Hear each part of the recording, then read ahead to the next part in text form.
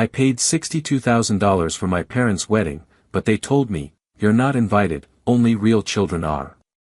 I paid $62,000 for my parents' wedding, but they told me, "You're not invited, only the real children." While my siblings laughed. So I told them, "Then let your blood children pay for your wedding." Hello everyone, my name is Lucas, I'm 32 years old, and I've known I was adopted since I was little. My parents, Patricia and Roberto, never hid it. I have two siblings, their biological children, Marcos, 35, and Sandra, 30. Throughout my whole life, they reminded me I was different. You're not our blood. Your real parents didn't want you. You're adopted. You don't count. Those phrases were constant in my childhood. My parents never scolded them for those comments. I grew up trying to earn their love. I got the best grades, won academic competitions, and got a full scholarship to university.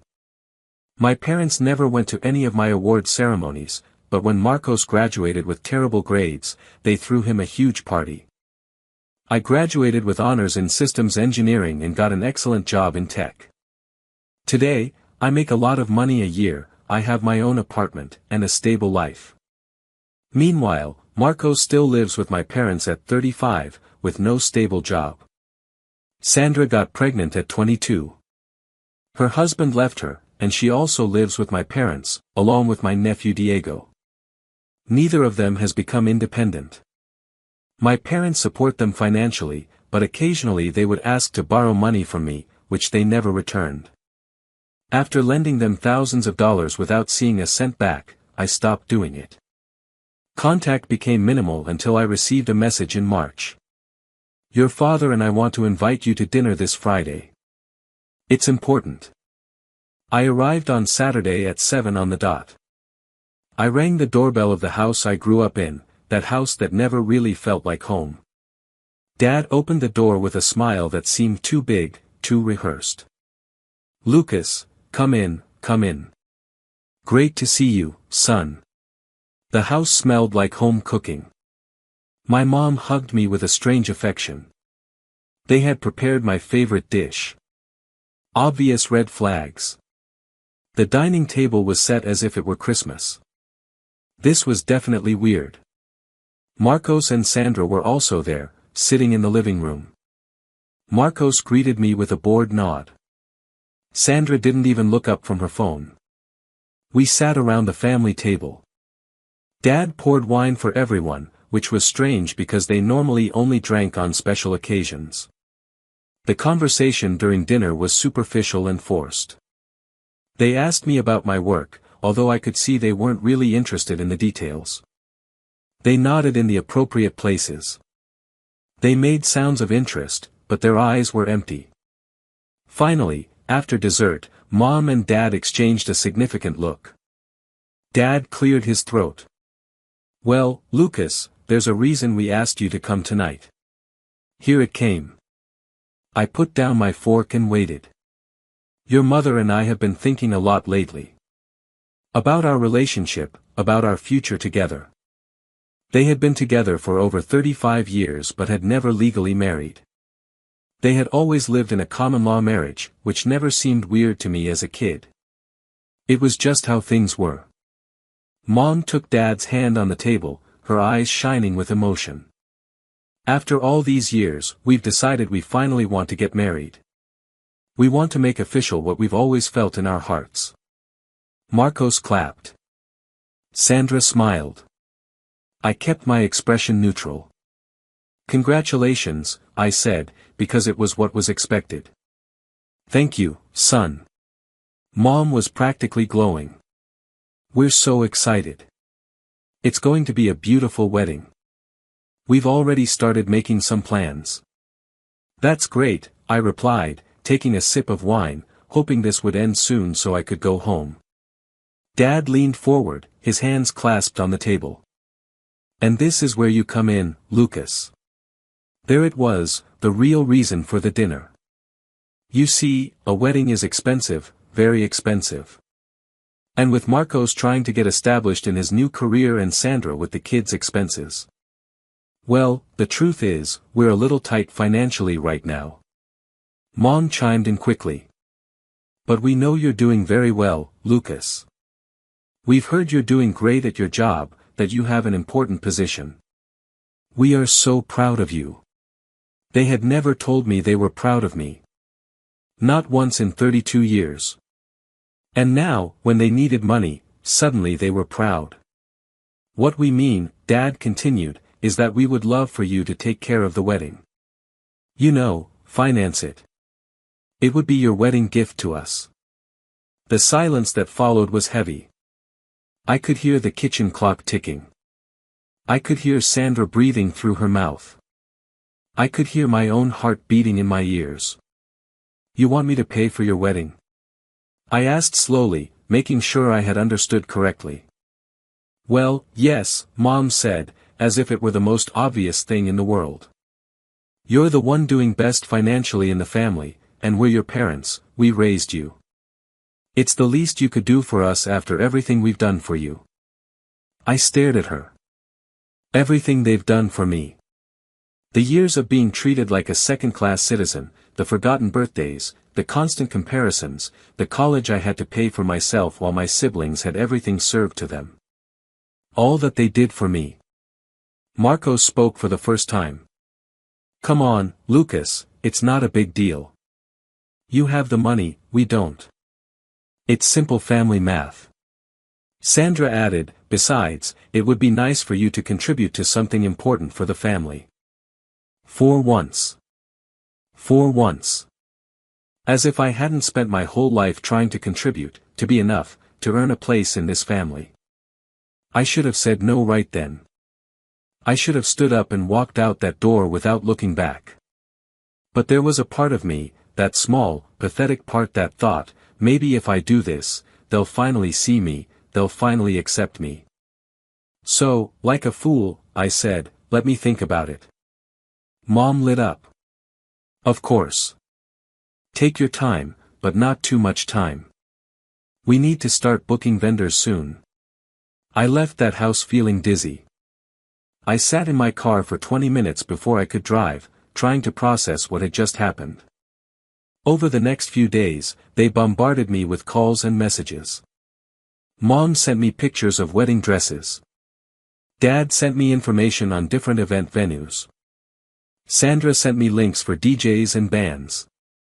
Marco sent me a message saying, you already said yes, right? Mom is really excited. I never said yes. I said I would think about it, but in their minds, it was already decided. And then, in a moment of weakness, from pressure, from guilt, from that last pathetic hope that this would change things, I did the worst thing I could have done. I agreed. Once I agreed, everything moved fast, too fast. Mom would call me every other day with new needs for the wedding. Every conversation started with, I know you said you'd pay for everything, so, and ended with another bill added to the tab. The first expense was the venue. Mom had found the perfect place an hour outside the city. It was an elegant event hall with gardens, fountains, and capacity for 200 people. 200 people. I asked when she told me. Do you even know that many people? Well, it's our wedding, Lucas. We want it to be memorable.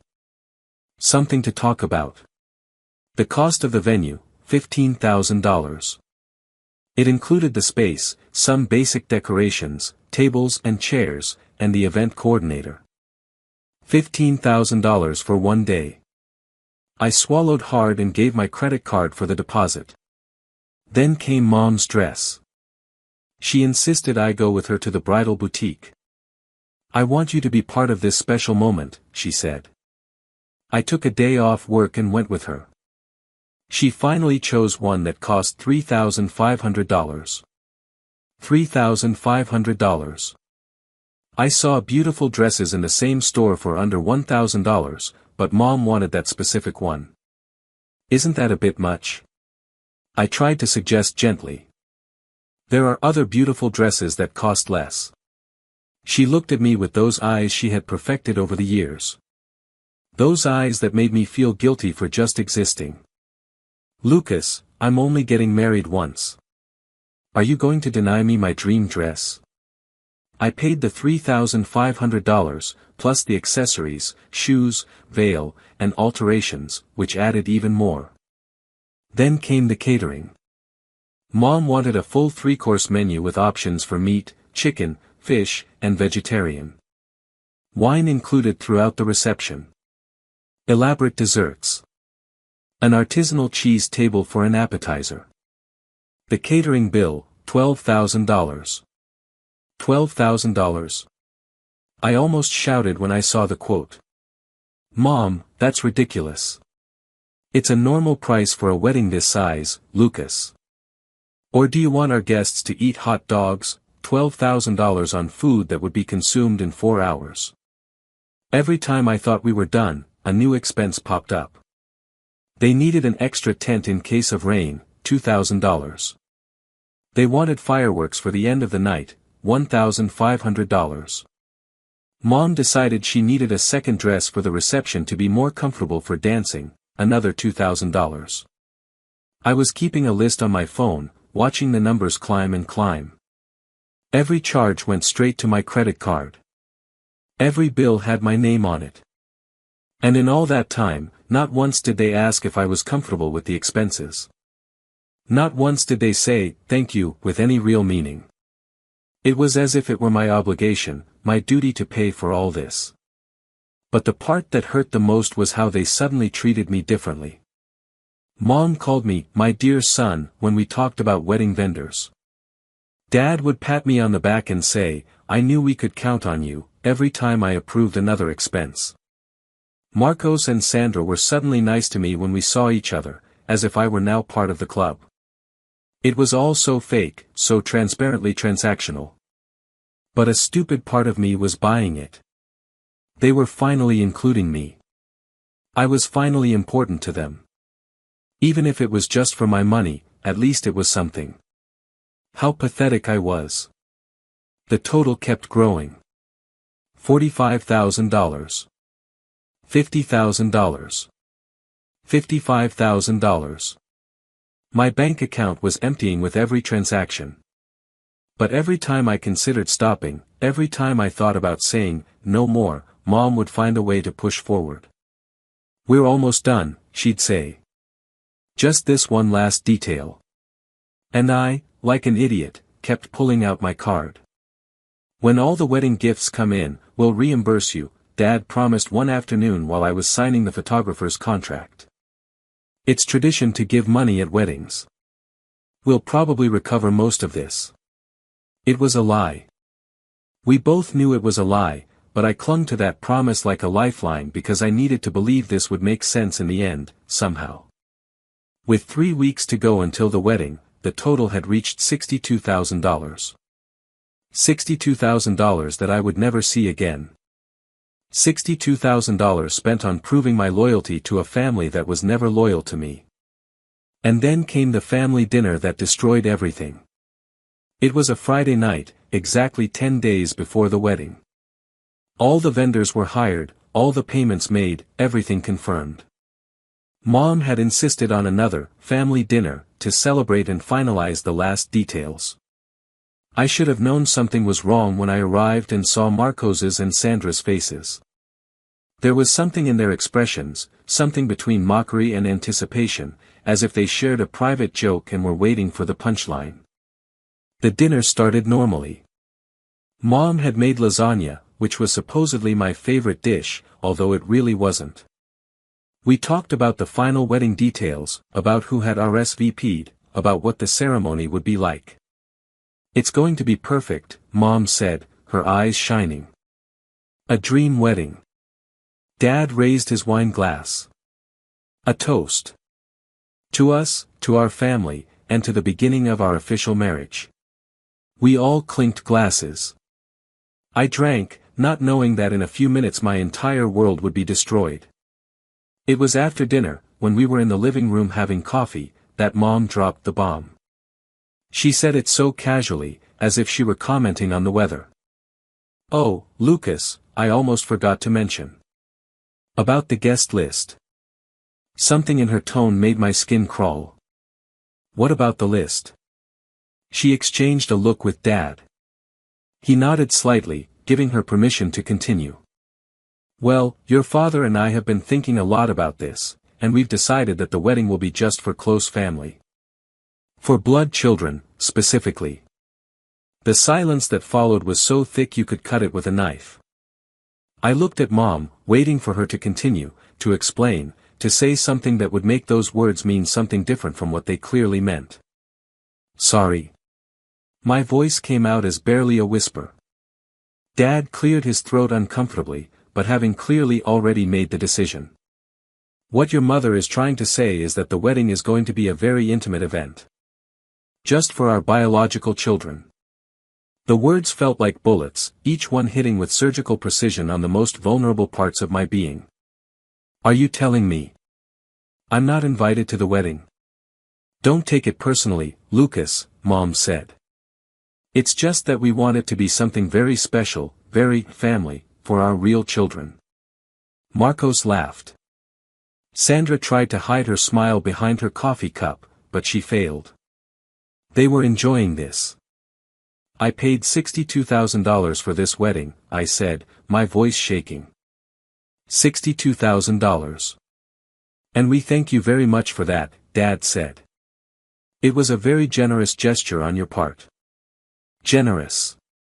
Generous. I stood up, the chair falling over behind me. You asked me to pay for everything.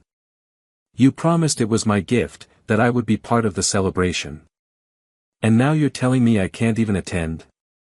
You don't need to get dramatic, Sandra said. You always knew you were different. I don't know why this surprises you. Because I am your son. I shouted. Maybe not by blood, but I grew up in this house. You adopted me. You were supposed to love me. Mom sighed, as if I were a child throwing a tantrum. Lucas, we love you. In our own way. But this is a special occasion for our real family. Surely you understand. I looked at all of them, at Mom with her condescending expression, at Dad avoiding my gaze, at Marcos and Sandra laughing openly now. And something inside me broke. But not in the way they expected. I didn't break into tears. I didn't break into pleas. I broke into absolute clarity. Then, I said, my voice now cold and calm, let your blood children pay for your wedding. What? Mom blinked. You heard me perfectly. If only your real children are invited, then only your real children should pay. Marcos, Sandra, the $62,000 bill is all yours now. Marcos stopped laughing. Wait, you can't do that. Can't I? All the contracts are in my name. All the reservations. Everything. And I'm going to cancel every single one. Dad stood up. Lucas, you're being irrational. It's all already paid for. The deposits are paid for. But remember, there's still a week until the event. I can still get refunds. In fact, I'm going to cancel everything tonight. You wouldn't dare, Mom said, her face turning red. I looked her straight in the eyes. Watch me.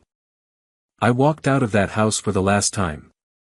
In my car, with trembling but determined hands, I started making calls. The event venue was first. The coordinator answered on the third ring. Mr. Lucas, how can I help you? I need to cancel the wedding for May 15th. Cancel? But sir, it's in 10 days. According to the contract. I understand. You can keep the deposit, but I will not be paying the remaining balance, and I do not want the event to proceed. Sir, we already have everything prepared. I'm sorry. The wedding is cancelled. I hung up. My phone immediately started ringing. It was Mom. I didn't answer. I called the catering service. I want to cancel the service for the wedding on May 15th. Sir, that's in 10 days. We've already bought all the ingredients. Keep the deposit. The event is cancelled. One by one, I called every single vendor and cancelled. Some protested, some cursed at me, some simply accepted and hung up. My phone wouldn't stop ringing. Mom. Dad. Marcos. Sandra. Call after call, message after message. I ignored them all. I finally replied to a text message from Dad. This is childish, Lucas. We're going to go ahead with the wedding with or without your money. I replied, go ahead. But it will be without my money and without the vendors I hired. I didn't sleep that night, but for the first time in months, I felt peace. My parents tried to have the wedding anyway. They held it in their house, in the backyard. Without the elegant venue, without the professional catering, without the DJ, without the elaborate flowers. Marcos tried to be the DJ with a Bluetooth speaker. The food was fried chicken from a fast food restaurant. Mom had to wear her $3,500 dress to an improvised backyard wedding. Only about 20 guests attended, mostly neighbors who felt sorry for them. The altar was a garden arch bought at the last minute from a store. The priest they had hired never showed up because his advance was never paid. In the photos, I could see the humiliation on their faces. Mom was trying to smile, but her eyes showed pure embarrassment. Dad looked angry and defeated. It was the exact opposite of the dream event they had planned. And best of all, the guests who did attend didn't give generous gifts. Who gives thousands of dollars at a backyard wedding with fried chicken? The following days were an avalanche of furious messages. Mom called me a monster and vindictive.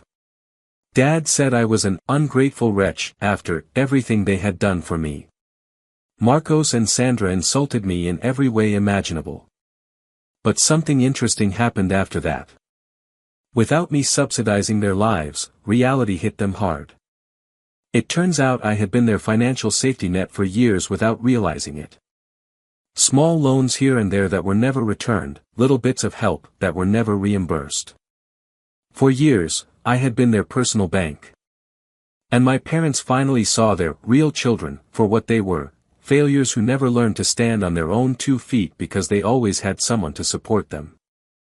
3 months after the disastrous wedding, Dad called me.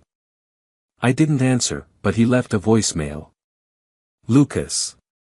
We need to talk. Things are tough here. Maybe we were too hard on you. Your mother and I. Well. Call me. I deleted it without finishing it.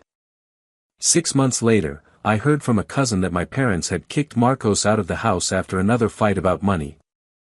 Sandra had also left after an argument about who should pay the bills. The perfect family had completely disintegrated. I cut off contact completely with all of them. I changed my number, blocked their social media, and moved to a new apartment. I built a chosen family of friends who truly value me. Do I regret what I did? Not for a second. I spent 32 years trying to earn the love of people who were never going to love me as I deserved.